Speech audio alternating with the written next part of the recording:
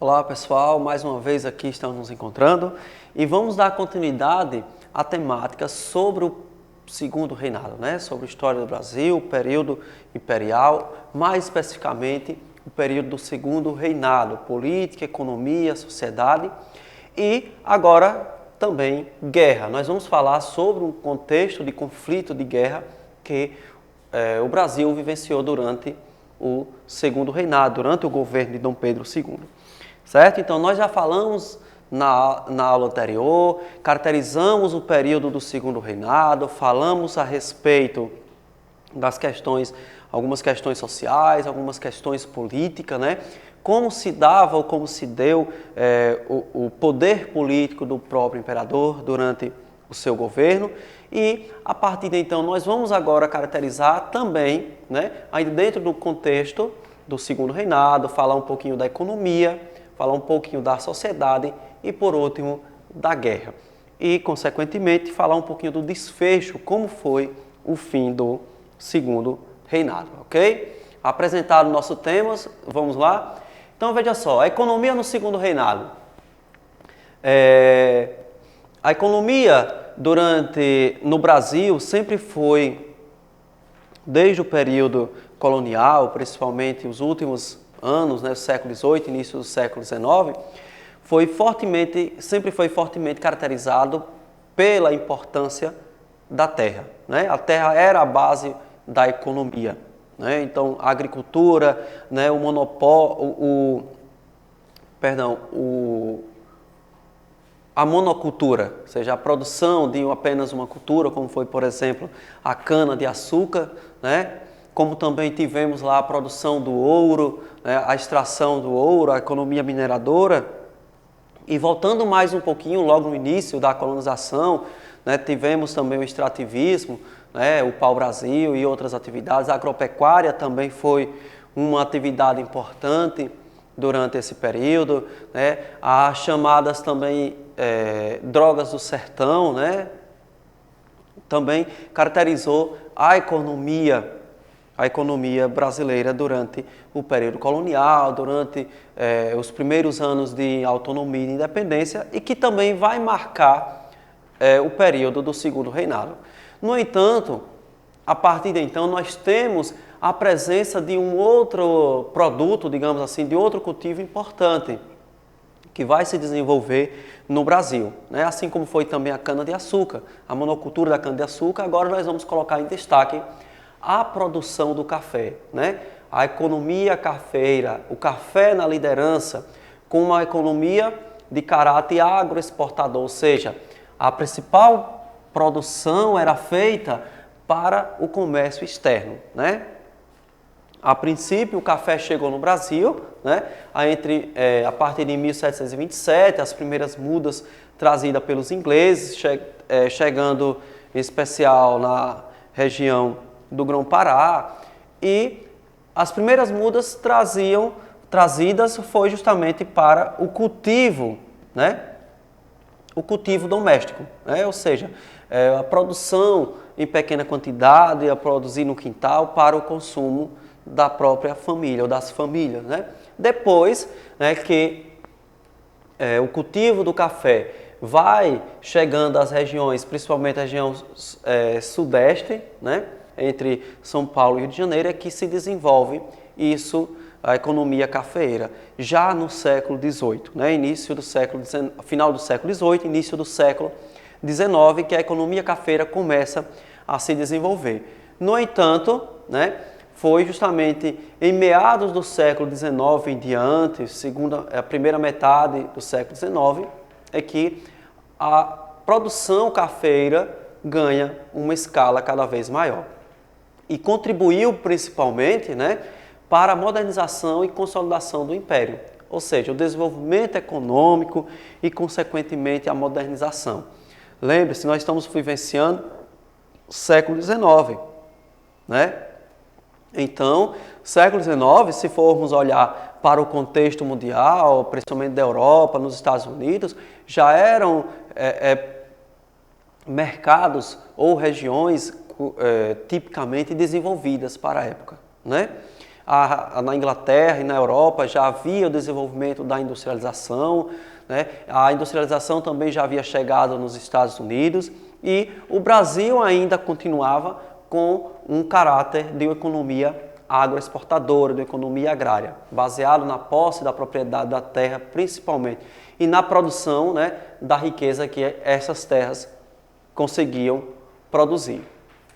E a produção dessa economia cafeeira, né, essa economia agroexportadora, estava voltada justamente para o mercado externo, né, agroexportadora, principalmente atender a Europa e os Estados Unidos. Mas por que será que o café, né? O café ele é de origem da África, né, da Etiópia, principalmente, foi trazido as primeiras mudas de lá e chegando em São Paulo e Rio de Janeiro, finalzinho do século XVIII, início do século XIX, o café se consolidou como uma das importantes atividades econômicas, né, e na produção comercial. E o que é que temos com isso? Primeiro, as condições climáticas foram favoráveis, né, a questão do solo, a questão do clima, né, então a temperatura tornou-se agradável para a adaptação do café. Foi muito melhor a adaptação do café na região do Sudeste, Rio de Janeiro e São Paulo, do que propriamente no Norte, por onde chegaram as primeiras mudas do café.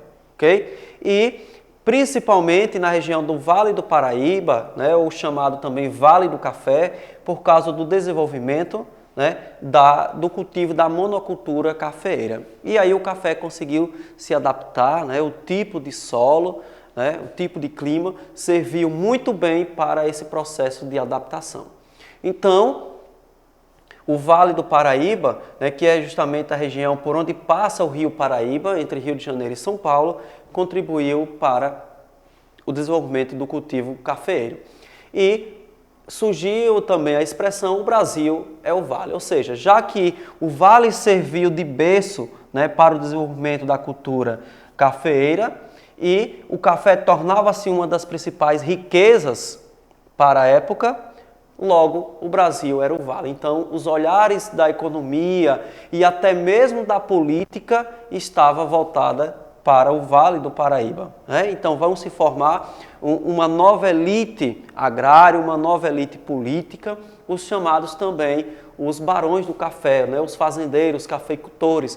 Então esses homens ricos, donos proprietários de terras que passaram a investir também no cultivo do café, eles começaram a ganhar prestígio por causa do desenvolvimento econômico, né, que trouxe para o Brasil com a produção cafeeira e, consequentemente, eles começaram justamente a também ter influência política. Então, a base da economia, a base da sociedade, né, na região sudeste principalmente, vai estar baseada na atividade cafeeira, ok? Então, no entanto, pessoal, vale também lembrar que o Brasil não era apenas o café, né? O café tornou-se uma das principais atividades, atividade que naquele momento gerava bastante riqueza, assim como foi a cana-de-açúcar, assim como também foi a mineração, né? Então, cada uma dessas atividades tiveram o seu momento de auge, seu momento de apogeu, né? De grande desenvolvimento. No entanto, o Brasil daquela época, né, durante o segundo reinado, a segunda metade do século XIX, não poderia estar apenas atrelado ou ligado a uma única atividade. Existiam outras atividades econômicas e principalmente voltadas para a subsistência, né? O que significa isso? A subsistência é o quê? Voltada para o mercado interno, voltada para o consumo da população ou das populações locais. E aliado também ao café, desenvolveu-se o açúcar, o algodão, o tabaco, né, o couro, né, e a borracha. O couro está diretamente ligado também à criação de gado e outros rebanhos, né? Minas Gerais vai se destacar com a criação de gado, o Rio Grande do Sul vai se destacar também com a criação de gado para a produção do charque. Então nós temos o quê? Outras atividades paralelas, também importantes, tão quanto o café. Porém, o café estava mais voltado para o quê? Para o mercado externo, ok? E o consumo, essas demais atividades voltadas para o mercado interno, né? O comércio entre as províncias, ou seja, o comércio interprovincial entre as diferentes regiões do Brasil, e também uma outra característica da economia brasileira, também durante o segundo reinado, é o uso da mão de obra escrava. E aí a gente chama a atenção, este é um tema que nós vamos voltar a discutir, a questão do trabalho escravo, mais adiante, em um próximo conteúdo, uma próxima aula de forma mais específica, que, aliado a todas essas atividades econômicas, o Brasil também ainda era um Brasil escravista, né? Claro, já existiam algumas leis, algumas medidas tomadas para a abolição gradativa da escravidão, no entanto, né, até mesmo este era um privilégio cobrado pelas elites, né, agrárias, pelas elites rurais, os fazendeiros, e até mesmo a que faziam parte dessa elite política, a manutenção da escravidão. Então, o Brasil, durante o segundo reinado, ainda tinha essa concepção, tanto quanto extremamente colonialista, né, de se utilizar, né, da mão de obra escrava como uma das principais fontes de geração de riqueza. Mas, em contrapartida, já existiam também ideias, né, dentro do Brasil, inclusive, que não só defendia a abolição da escravatura, como também defendia o trabalho livre e o trabalho assalariado. Ok? Então, vamos aqui continuar se caracterizando.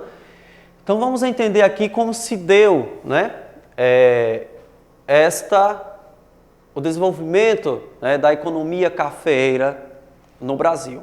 A princípio, né, o café chega aqui na região, entre São Paulo e Rio de Janeiro, né, no Vale do Paraíba, e começa a se expandir. Né? Esse é o primeiro momento do início do cultivo do café nessa pequena região, né, considerada pequena, mas que na época trouxe grande importância e aos poucos, gradativamente, foi se expandindo. Né? A zona da Mata Mineira, chegando também uma parte de Minas Gerais, a região de Campinas, indo para a interiorização já de São Paulo, né? O centro-oeste paulista, o norte do Paraná, né? Nós encontramos aqui o norte do Paraná, e também o sudeste do Mato Grosso, né? Então nós encontramos aqui essa expansão da economia cafeeira. E, por último, né, nós também destacamos aqui o sul do Espírito Santo. Então, vocês podem observar que, olha só, início do século XIX, né? Meados do século XIX, 1850, o café estava restrito a essa pequena região. E vejam o salto entre 1850 a 1900, o salto, né, o espaçamento que o café vai ocupando. Então, observe que isso, né, movimentou muito, né, a economia brasileira daquela época. Então, o café tornou-se uma atividade de extrema importância, né, para a economia da época. Este era o principal centro, mas existiam sim pequenas atividades, pequenas lavouras em outras regiões do Brasil. Né? No entanto, não com a mesma importância, com a mesma dimensão e principalmente a mesma qualidade que se produzia o café aqui na região sudeste, né? E parte também chegando até mesmo o centro-oeste, a questão do Mato Grosso, mas em especial essa região aqui que compreende, né?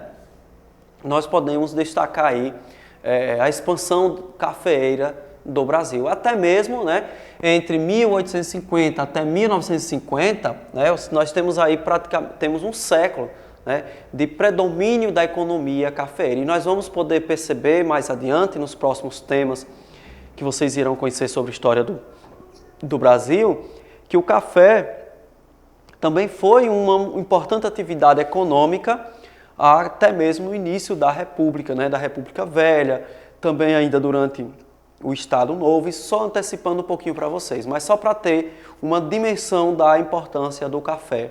E que até os dias de hoje, né, o Brasil é um dos maiores produtores também de café do mundo, não só em quantidade, como também em qualidade, ok?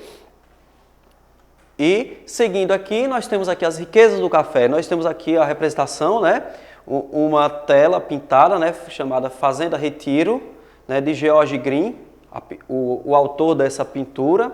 A Fazenda Retiro, que realmente existe, né, de 1881. E aqui tem aqui a representação, né, a Casa Grande, temos aqui a representação dos terreiros de café, da senzala, de todo um complexo, né, criado e desenvolvido para o desenvolvimento da economia cafeeira. E nós também podemos observar, pela questão climática, né, a questão não somente a questão do solo, como também o tipo de terreno, né, as regiões altas, né, aonde é tipicamente de clima mais frio, nem tão quente nem tão frio, né, de clima temperado, que contribui justamente para o desenvolvimento, né, da adaptação da lavoura do café. E aqui ao lado nós temos a representação também, né, da época, trabalhadores, principalmente escravos, né, trabalhando nos terreiros e nas fazendas de café, para o preparo, né, a secagem do café para deixar pronto para a comercialização do grão. Então, nós temos aqui justamente o que é que foi o café, né, a riqueza que o café representou para o Brasil daquela época. E, por último, falamos aqui também dos barões do café, né? A constituição de uma nova elite econômica, social, que também passa a denominar, a dominar a política, né? O cenário político durante o Segundo Império, o Segundo Reinado, né? A economia cafeira ela está dividida basicamente em duas fases. Primeiro, no Vale do Paraíba, Porto do Rio de Janeiro, com o uso e o predomínio de escravos e a formação de uma elite chamada Barões do Café. Isso principalmente durante o Primeiro Reinado. Já no Segundo Reinado, durante o Segundo Reinado. Já a segunda fase, né, ela se dá pela expansão, né, da economia cafeira, chegando ao oeste paulista, a região do Porto de Santos, né, principalmente aqui a presença dos portos, olha só, vale destacar, presença dos portos do Rio de Janeiro, também do Porto de Santos, justamente para o escoamento do café, né? O escoamento da mercadoria, né, do café enquanto um produto comercial. E também, não só o predomínio existia, né, nos anos finais, existia ainda o uso da mão de obra escrava, mas nos últimos anos a presença dos imigrantes. E essa segunda fase ela vai se estender até mesmo no final do Segundo Reinado e o início da República. Durante o Segundo Reinado temos a formação dos chamados Barões do Café, né, enquanto elite política, elite agrária, né, e na segunda fase a chamada burguesia cafeeira, né. Essa burguesia cafeeira vai estar voltada não só para o cultivo da economia cafeira, como também o desenvolvimento de outras práticas, outras atividades econômicas. E aqui vocês podem observar, né, a representação, né, de algumas elites, alguns barões do café, com alguns trabalhadores ao fundo, né, mas basicamente o objetivo de ostentar, né, de ostentar a riqueza, de ostentar o poder que o café trouxe junto com isso. Não só o poder econômico, como também o poder e o prestígio social e político. Aqui trabalhadores, escravos e aqui a presença também de imigrantes, né, vindos aí para o Brasil. E falando ainda de outros produtos, de outras riquezas que também existia no Brasil durante aquela época, durante aquele período, né, nós temos aqui o café, o açúcar, cacau, erva mate, fumo, algodão, borracha, couros e peles, né? Então, esses eram, depois do café, os principais produtos. E o que é que nós podemos observar aqui? Que, a princípio, né, as primeiras décadas do século XIX, até o finalzinho, o café começa com a representação não tão quanto pequena, porém, em relação ao açúcar, não era tão expressiva. E gradativamente vai ganhando cada vez mais destaque, né? Então, entre 1821 e 1830, o café representava, né, cerca de 18,4%, né, da economia brasileira. enquanto o açúcar naquele momento representava 30%, ou seja, o açúcar estava também em destaque, em auge. No entanto, ao final do século XIX, o café representava 64,5% e o açúcar representava naquele momento apenas 6,6%, né? Então esses dados trazidos aí são dados oficiais, né, de 1953, mas que representavam justamente o comércio, né, das principais atividades econômicas agroexportadoras produzidas no Brasil. Então nós observamos o quê? Que temos uma grande inversão, né? O café gradativamente vai ganhando cada vez mais destaque. E aí nós temos outros produtos, ok? Vocês poderão observar e olhar depois, ponto a ponto, cada um que cada um desses produtos representavam. Então isso nós caracterizamos aqui a economia brasileira durante o segundo reinado. E, consequentemente, né, o café trouxe essa riqueza, gerou grande capital, trouxe dinheiro, né, para o Brasil. E, consequentemente, precisava o quê? O Brasil precisava passar por uma modernização, né, principalmente as construções de indústrias e ferrovias. Né? Entenda aí essa indústria, que eram pequenas indústrias, pequenas fábricas, voltadas para o beneficiamento de produtos e de itens produzidos a partir da agricultura. Né? Então era uma indústria, era na verdade a agroindústria. Já as ferrovias tornou-se importante por quê? Porque poderia permear as diferentes regiões do Brasil e assim poder contribuir para o escoamento das mercadorias, o transporte das mercadorias. Então, essa modernização, essa industrialização, né, trazida para o Brasil, iria contribuir justamente para o desenvolvimento, né, econômico e comercial do Brasil. E uma outra questão também, além do café contribuir também para o progresso do Brasil, a chamada tarifa Alves Branco, de 1844, onde aumentou o imposto de produtos estrangeiros, né, que passaram de 15% para 60%. Ou seja, a entrada de produtos estrangeiros aqui no Brasil, principalmente de produtos ingleses, vale destacar, a taxação era muito baixa, era muito pequena. Porque como o Brasil não tinha capacidade naquele momento de produzir aquilo que ele precisava consumir, né, então teria que importar. Então, para atrair, né, a importação, o comércio estrangeiro, tinha justamente essa baixa taxação sobre os produtos importados, o que contribuía negativamente para a economia brasileira, porque o Brasil arrecadava pouco. Então, quando o Brasil começa a se desenvolver, né, começa a ter um poder econômico cada vez maior, então, podendo produzir aquilo que o Brasil precisava, principalmente consumir, e chega ao momento também de exportar, né, de vender para o mercado externo, o Brasil não diminui a necessidade de importar produtos de fora. E dessa maneira, né, aumenta a taxação para incentivar o consumo dos produtos nacionais. Outro ponto também é a Lei Eusébio de Queiroz, de 1850, que proibia a vinda de africanos para o trabalho escravo no Brasil. Desde o início do século XIX, desde 1810 por aí, a Inglaterra já havia coibido, né, já estava perseguindo, coibindo o tráfico de escravos, né, o tráfico internacional de escravos, de negros, para o trabalho escravo.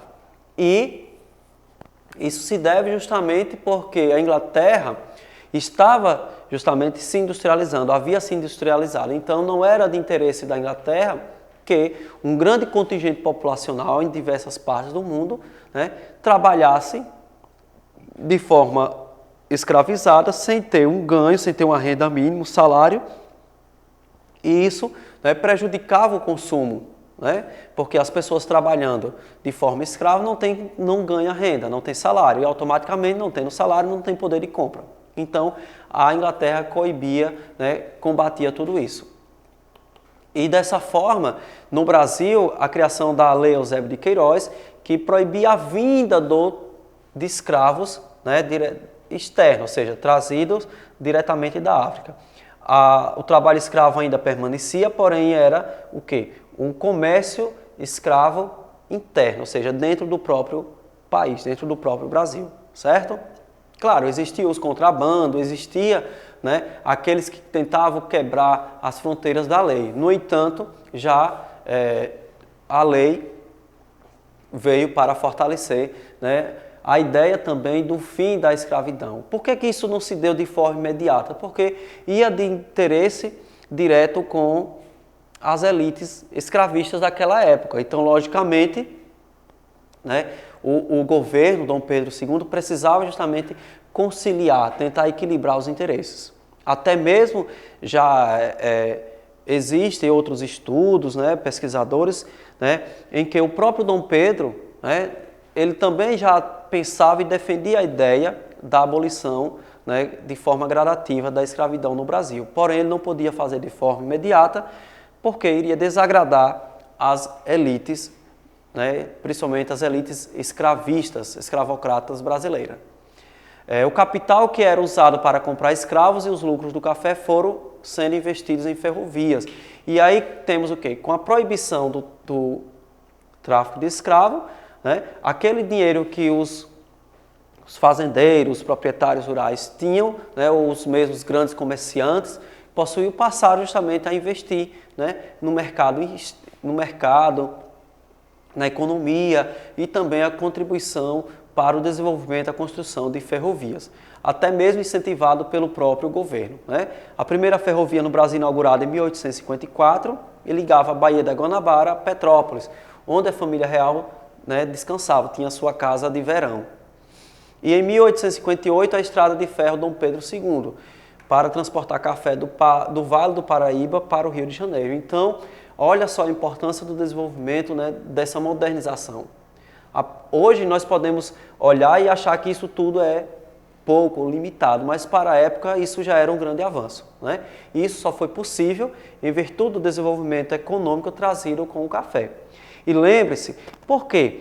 A economia, durante o segundo reinado, no Brasil, ela ganha esse destaque, né, desenvolvimento por causa do café, mas a gente pode lembrar, voltando um pouquinho no tempo, que durante o primeiro reinado, durante o período regencial, o Brasil estava economicamente falido, né? Então, Dom Pedro II, ele assume um país, assume a coroa com o Brasil falido economicamente, né? Então, precisava sim criar medidas e até mesmo incentivar, né, poder negociar com as elites, né, medidas e formas que pudessem reativar a economia, né, o desenvolvimento econômico do Brasil. E também para o século XIX, meados do século XIX em diante, essa era a tendência mundial, né? Então o Brasil, mesmo que tardiamente, conseguiu dar os primeiros passos para a modernização. E por último, né, nós observamos aqui, ó, o comércio de escravos sendo combatido pelos ingleses e ao final aqui nós temos o quê? O desenvolvimento, né? A criação das primeiras fábricas, das primeiras indústrias, né? O fim do trabalho escravo, né? O uso dos primeiros trabalhadores de forma assalariada e assim sucessivamente. Outro ponto importante aqui, né, como nós já falamos do café, vamos falar aqui também do negro de forma mais específica, né? O negro também foi, durante muito tempo, aí cerca de 350 anos, a principal mão de obra, né, de desenvolvimento econômico no Brasil. Então, durante o segundo reinado, isso não seria diferente, até porque a manutenção da mão de obra escrava, né, ainda era de interesse de muitos proprietários rurais. No entanto, a partir de 1950 em diante, né, a criação das primeiras leis que defendiam o fim da escravidão, a lei do ventre livre, né, tivemos aí a lei de Eusébio de Queiroz, depois a lei do sexagenário, também e por último veio a lei da abolição, né, de 1888. No entanto, esse não foi um processo que se deu tão rápido, né? Então tivemos aí cerca de quase um século, né, de discussão, de demanda, de jogo de interesses para a abolição da escravatura. No entanto, nós não podemos negar, em hipótese alguma, que o Brasil foi construído com pés e mãos de negros, né? Os negros africanos na condição, infelizmente, de escravizados. No entanto, com o combate ao tráfico, né, e a defesa do fim da escravidão, trouxe algumas consequências, alguns efeitos, né? A intensificação do tráfico interprovincial, ou seja, com a lei de Eusébio de Queiroz, que proibia, né, o comércio ou então a importação de negros, né, para o Brasil na condição de escravos, né? Então, o comércio de escravos manteve-se restrito ao território brasileiro, ou seja, principalmente, né, da região norte e nordeste. Esses escravos eram comercializados, eram comprados, adquiridos e transferidos para a região sudeste para trabalhar nas lavouras de café. Por quê? Durante muito tempo, o Nordeste ele predominou o desenvolvimento da economia açucareira, né, a produção da cana-de-açúcar, aliado também ao trabalho escravo. Como a economia açucareira estava em decadência, não significa dizer que a economia açucareira ela foi totalmente extinta, né? Mas com a ascensão do café e um declínio da economia cafeeira, aliás, o declínio da economia açucareira, isso contribuiu para a transferência da mão de obra negra do cultivo, né, das fazendas de açúcar, de cana-de-açúcar, para as fazendas de café, né? Então, as vendas da região Nordeste, decadência da produção açucareira, né, e extremo sul e sul, né, do café. O capital aplicado no tráfico internacional foi canalizado para investimentos em outros setores da economia brasileira. A indústria, a ferrovia, telégrafos, navegação. Então, criou-se toda uma estrutura, né, para poder justamente dar suporte, dar amparato, não só visando o desenvolvimento do país naquela época, como também para atender às necessidades da economia cafeeira, porque o café era o principal produto e estava voltado para o mercado externo. Então, para produzir no interior, né, do sul, sudeste do país, né, precisava o quê? Levar para os portos. E como levar? Né? Ia levar principalmente o quê? Através, por intermédio, principalmente das ferrovias. Então vamos aqui, chama aqui a atenção e dá destaque principalmente para um conflito de caráter internacional, né? O primeiro grande conflito internacional que o Brasil se envolve, né, já durante o segundo reinado, a chamada Guerra do Paraguai, né? Aonde o interesse principalmente na região era justamente por interesses econômicos e comerciais. Apresentar aqui para vocês logo aqui esse mapinha para podermos ter uma localização, né?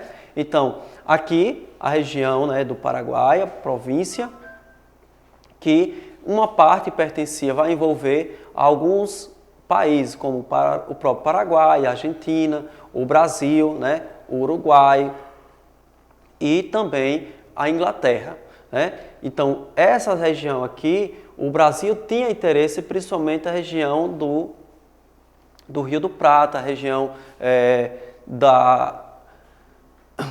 do rio que dava suporte à entrada, o Rio do Paraguai, que dava suporte e entrada para navios, né, para atender o comércio da região das províncias aqui do Centro-Oeste. E, logicamente, né, existia um interesse tanto argentino e paraguaio para o controle das atividades comerciais nesta região. E aqui nós vamos ter o Brasil invade o Uruguai, né, e depõe o aliado Solano Lopes. Os paraguaios apreendem navios brasileiros e impedem a livre navegação no Rio Paraguai. Em seguida, invadem o Mato Grosso. Né? Tropas paraguaias atravessam a Argentina sem autorização do governo e invadem o Rio Grande do Sul para atingir o Uruguai. Então, todo esse contexto, né, de invasões, né, de apropriação de territórios, principalmente voltados pelo interesse da região do Rio, né, do Paraguai, a questão do comércio e a navegação da região, vai ser o principal ponto, né, de partida para o desenvolvimento desse conflito. E temos aqui a formação da Tríplice Aliança, né? Brasil, Paraguai e Argentina contra Brasil, Uruguai e Argentina contra o Paraguai. Então, dessa forma, nessa tríplice aliança formada por essas três nações, vai, né, liderar o conflito contra o Paraguai, justamente pelo domínio, né, do comércio na região do Rio Paraguai, o que vai levar ao desenvolvimento da chamada Guerra do Paraguai, que foi um conflito extenso, né, para a época principalmente, e pela demanda de recursos que esse conflito necessitou, e o Brasil se envolveu profundamente, até porque, né, isso trazia o desenvolvimento de um caráter nacionalista desse conflito. Então nós temos a Tríplice Aliança, Brasil, Argentina e Uruguai versus, né, contra o Paraguai.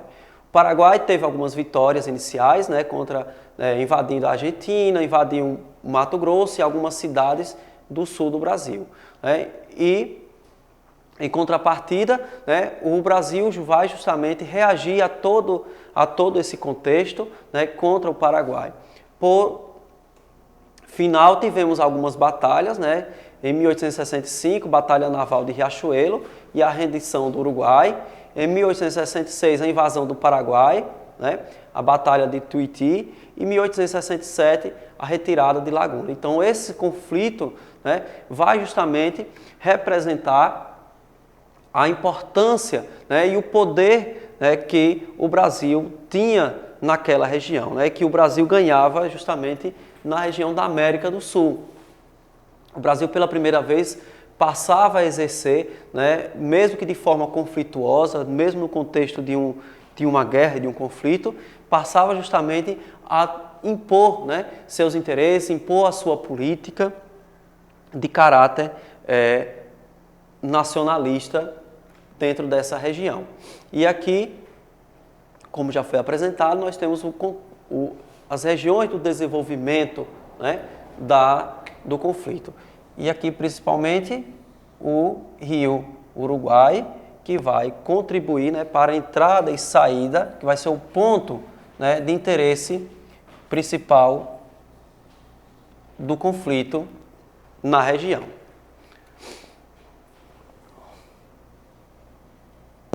E quais foram as consequências trazidas com esse conflito, né? O que foi que essa guerra trouxe para o Brasil? Quais foram as consequências? Não apenas para o Brasil, como também para ambos os lados, né? Para o Paraguai, população dizimada, terras leiloadas, né? Ou seja, perderam, né, boa parte, né, de seu território. O aumento da miséria da população, dependência de produtos estrangeiros, destruição de sua estrutura peculiar, né, empréstimos à Inglaterra. Então, tudo isso levou, né, a uma crise econômica, social, também política para o Paraguai.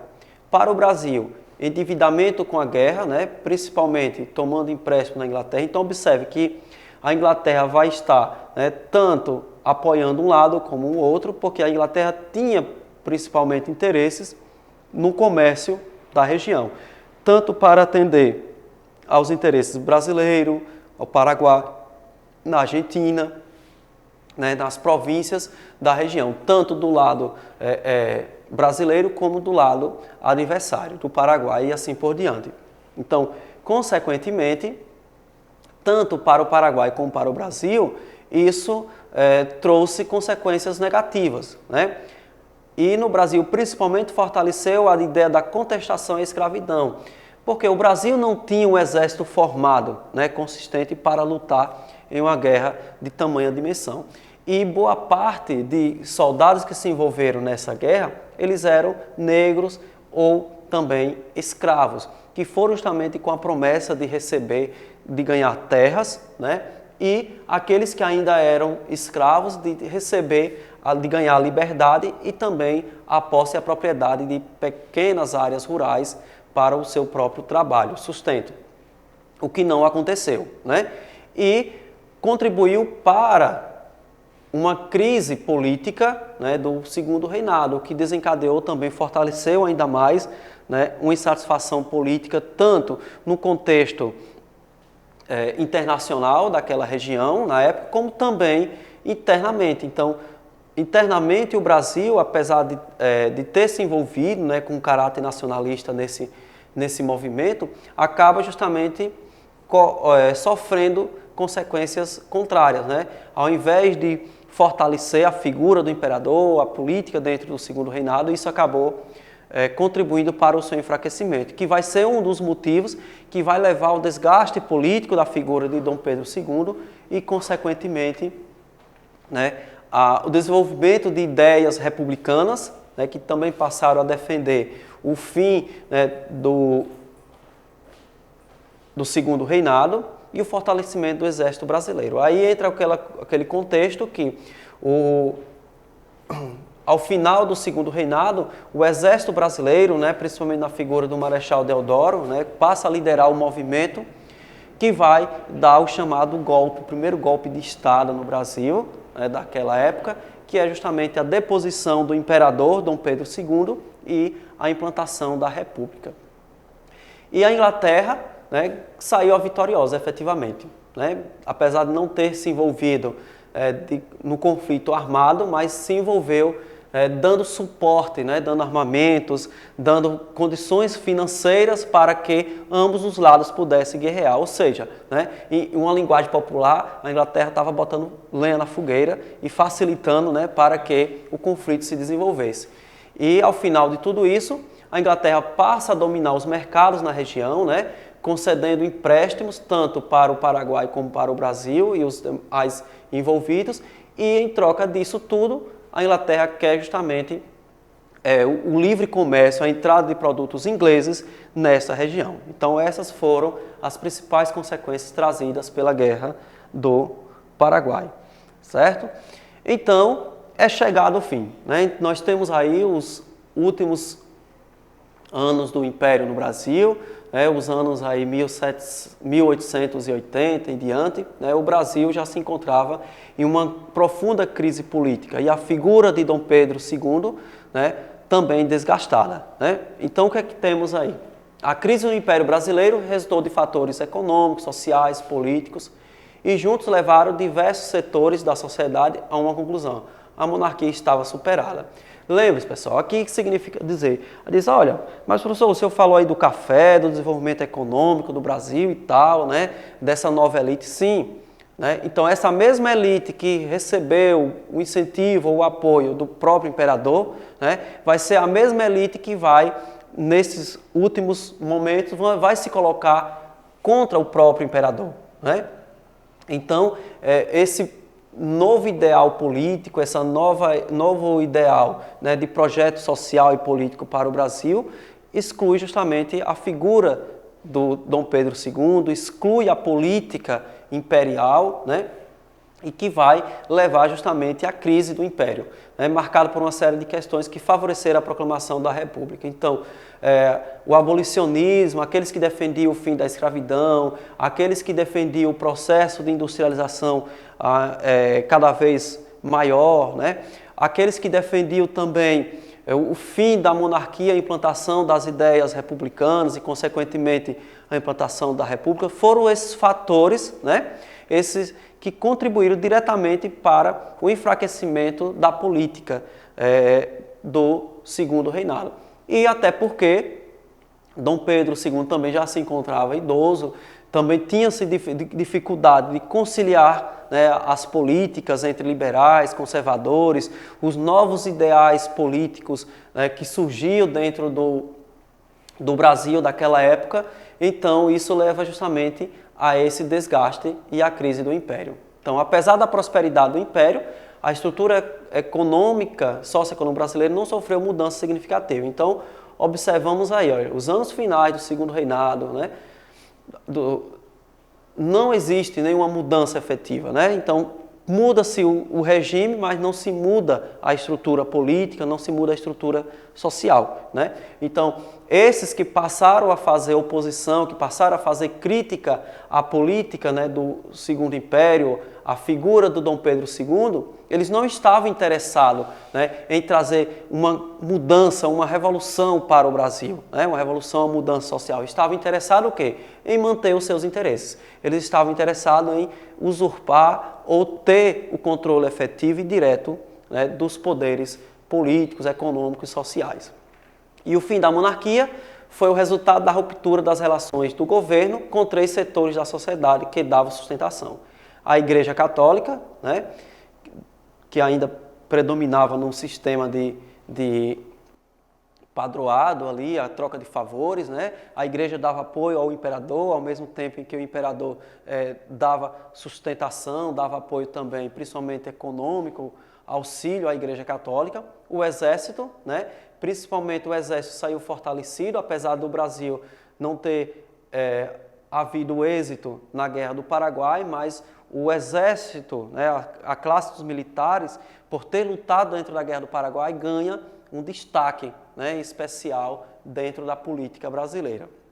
Então, o desenvolvimento desse caráter nacionalista, militarista, né, e por último, a aristocracia escravista, né, a elite, né, e entenda-se aqui, pessoal, como aristocracia, elite, né, a elite latifundiária, os donos proprietários rurais de terras, enfim, fazendeiros.